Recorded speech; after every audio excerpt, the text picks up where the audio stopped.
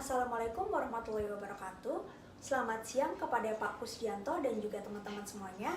Kami dari kelompok 6 akan mempresentasikan hasil diskusi kami tentang mengapa pajak Apple baik untuk Apple. Dan berikut adalah anggota kelompok kami. Dan dalam presentasi ini kami akan membahas 4 bagian. Yang pertama adalah pendahuluan, yang kedua adalah latar belakang dan juga teori, yang ketiga adalah pembahasan masalah, dan juga yang terakhir adalah kesimpulan dan juga saran. Baik, pertama, saya akan menjelaskan bagian 1, yaitu pendahuluan. Sebelum memasuki kasus, saya akan menjelaskan overview dari App Store. App Store adalah pasar aplikasi yang dikembangkan oleh Apple untuk aplikasi pada sistem operasi iOS dan iPadOS yang digunakan dalam produk Apple iPhone dan iPad. App Store memungkinkan pengguna untuk mengunduh aplikasi yang dikembangkan dalam iOS SDK atau Software Development Kit dan telah diverifikasi oleh Apple. App Store pertama kali diluncurkan pada tanggal 10 Juli 2008 dengan 500 aplikasi pertama yang saat ini telah berkembang menjadi hingga lebih dari 1,6 juta aplikasi. Serta Apple memiliki pangsa pasar terbesar kedua setelah Google Play Store. Selanjutnya, saya akan memaparkan fakta-fakta dari kasus Epic versus Apple and the Future of App Stores ini. Sejak peluncuran App Store, Apple telah menetapkan tarif 30% kepada developer yang menjual aplikasinya di App Store.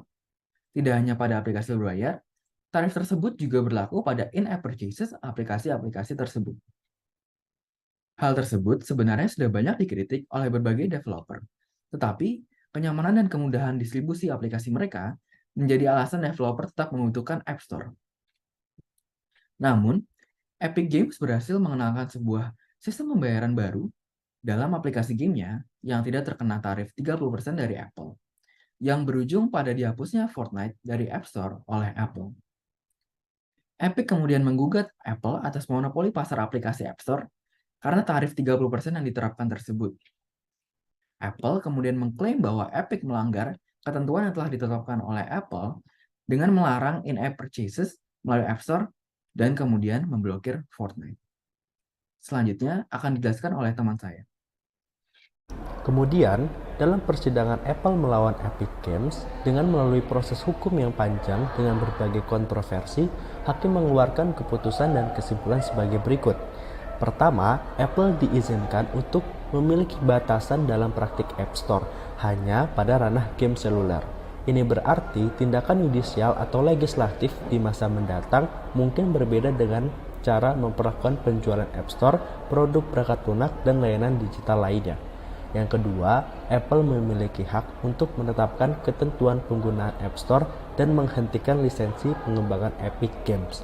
Tetapi Apple tidak dapat melarang pengembang aplikasi untuk memberitahu pengguna tentang metode pembayaran alternatif dan membeli perangkat lunak atau peningkatan di luar aplikasi, karena hal itu melanggar Undang-Undang Persaingan Tidak Sehat California.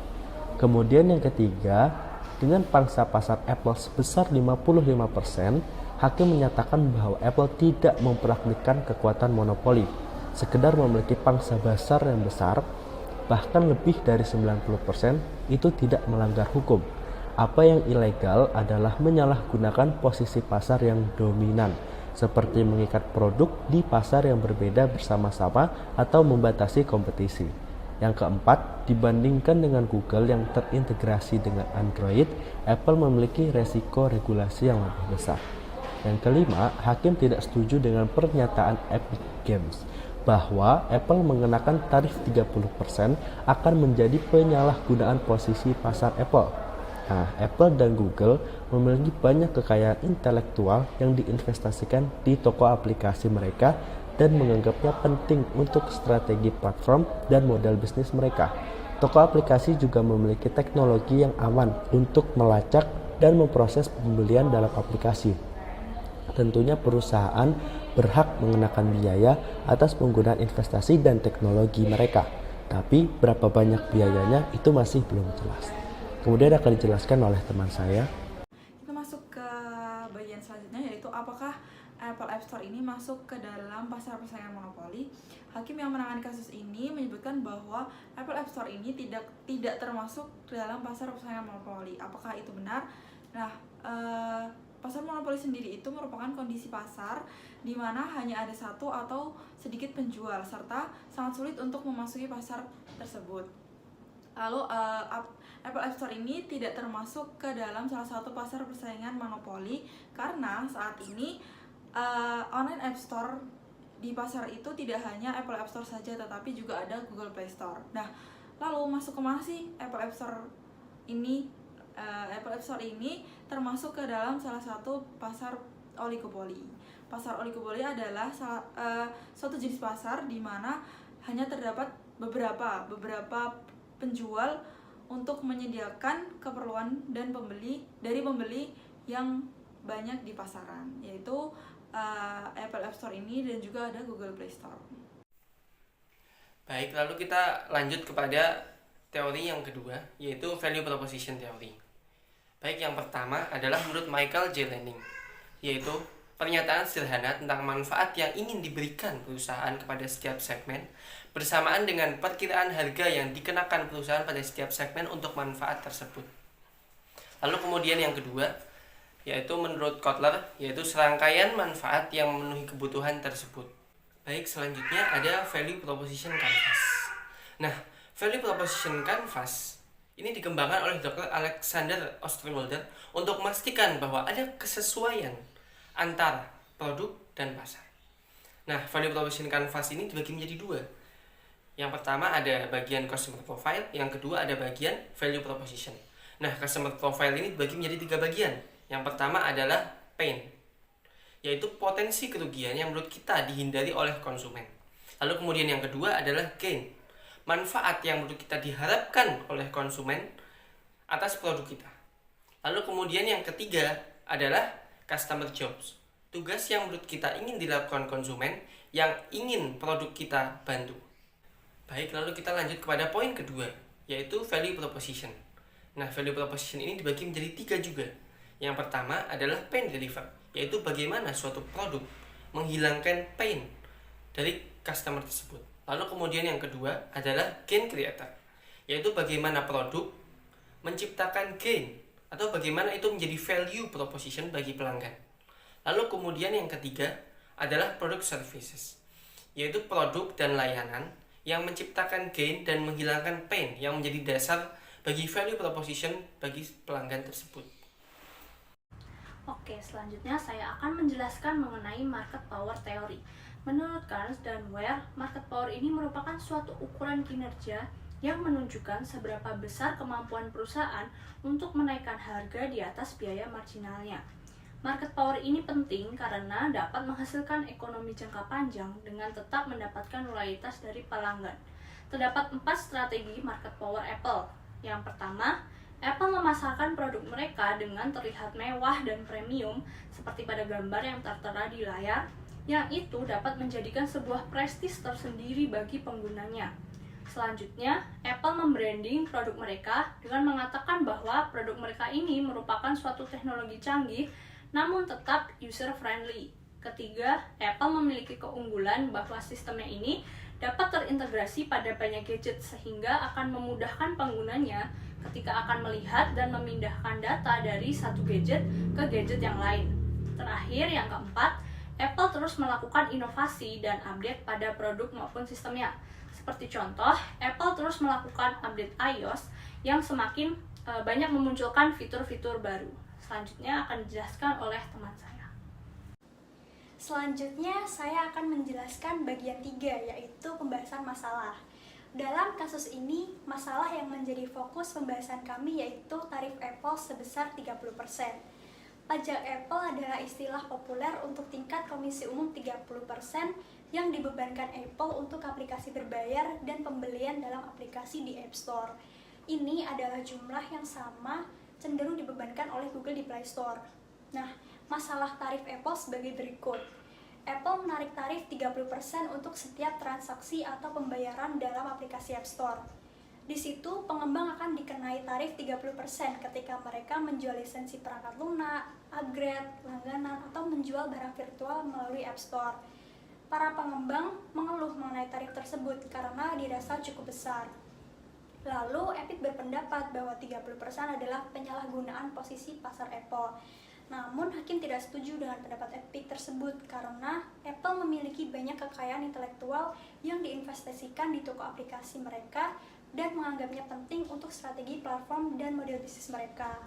Selanjutnya, pada tahun 2021, Apple mengumumkan penyelesaian hukum bahwa tarif diturunkan menjadi 15% untuk pengembang yang lebih kecil. Selanjutnya akan dijelaskan oleh teman saya. Oke, lalu apa saja keuntungan yang akan didapat oleh Apple dengan adanya tarif 30% ini? Yang pertama adalah revenue. Tentu saja revenue merupakan salah satu benefit yang akan didapat oleh Apple secara langsung. Yang kedua, hanya aplikasi berkualitas yang akan Apple tawarkan kepada para penggunanya. Hal tersebut karena tarif 30% ini membuat tidak semua developer dapat masuk ke dalam App Store. Mereka akan mempertimbangkan jika aplikasinya tidak berkualitas, kemungkinan akan sepi peminat sehingga mereka akan rugi. Dan yang ketiga adalah loyalitas pelanggan Apple. Karena aplikasi yang mereka tawarkan adalah aplikasi yang berkualitas dan juga Apple akan mencegah aplikasi berbahaya diunduh oleh penggunanya, sehingga hal tersebut dapat meningkatkan kualitas dari App Store dan juga akan meningkatkan kepuasan dari pelanggan. Sehingga buntutnya adalah loyalitas pelanggan akan meningkat. Baik, yang selanjutnya bagaimana sudut pandang customer mengenai tarif 30% ini? Nah, kita akan menganalisisnya menggunakan value proposition canvas yang telah dijelaskan oleh rekan saya sebelumnya. Dari sisi customer profile, ada jobs yang ingin diselesaikan oleh customer, berupa mencari aplikasi dan juga mengunduh aplikasi. Oleh karena itu, Apple menyediakan App Store untuk membantu customer menyelesaikan pekerjaan tersebut. Nah, yang kedua adalah pain. Jadi, apa sih yang ditakutkan oleh customer dalam proses menyelesaikan pekerjaan tadi? Ada dua hal yang ditakuti. Yang pertama adalah aplikasi yang mengandung virus dan juga aplikasi yang melanggar privasi mereka. Nah, Apple menyediakan App Store yang dipastikan tidak akan melanggar privasi mereka dan juga tidak akan mengandung virus. Nah, yang Apple lakukan ini kita sebut sebagai pain relievers. Yang ketiga adalah dari sisi gain. Jadi apa sih yang customer harapkan dalam proses menyelesaikan pekerjaan ini? Yang customer harapkan adalah mereka mendapatkan aplikasi yang berkualitas. Oleh karena itu, cara Apple untuk memberikannya adalah dengan meninjau dan melakukan pemeriksaan terhadap aplikasi-aplikasi yang akan masuk ke App Store. Baik, yang selanjutnya saya akan menjelaskan data yang mendukung pernyataan sebelumnya.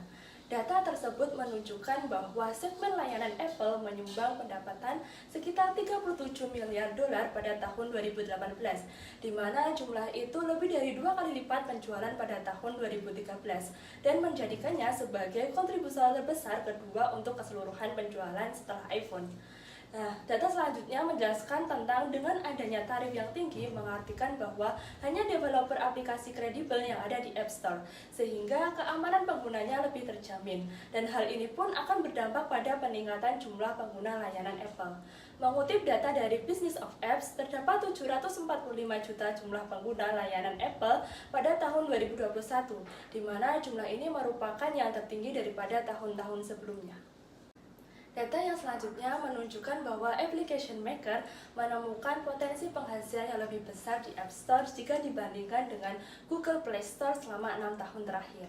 Menurut perkiraan Sensor Tower, 100 penerbit aplikasi iOS teratas menghasilkan rata-rata 84 juta dolar pada kuartal pertama tahun 2019. Jumlah tersebut jauh lebih tinggi dibandingkan dengan pembuat aplikasi Android paling sukses. Nah, perbedaan antara kedua platform tersebut akan lebih terasa lagi saat mengecualikan penerbit game. Lalu pada tahun 2021, ribuan bisnis kecil dan pengembang aplikasi baru bergabung dengan App Store. Hal ini disebabkan karena pengembang merasakan manfaat dan kemampuan App Store yang memudahkan pendistribusian aplikasinya di pasar global. Selain itu, mereka juga mempelajari cara terbaik untuk mengembangkan bisnisnya, sehingga dapat memperluas jangkauan aplikasi mereka menggunakan teknologi API inovatif Apple, memperkuat editorialnya untuk berinteraksi dengan pengguna, dan mengoptimalkan kehadiran mereka di App Store. Baik, selanjutnya merupakan kesimpulan dari Epic Games versus Apple App Store. Jadi kesimpulan yang pertama adalah revenue Apple App Store tahun 2022 mengalami kenaikan, yang dimana hal itu dikarenakan tarif yang dikenakan terhadap developer game yang ingin nge-publish subscription maupun lisensi gamesnya kepada Apple App Store. Dengan tarif 30%, Apple App Store dapat memiliki revenue stream yang sangat besar dari pendapatannya tersebut. Selanjutnya, karena revenue yang besar, Apple App Store harus memberikan feedback kepada konsumen, yaitu memberikan layanan aplikasi yang berkualitas kepada konsumen.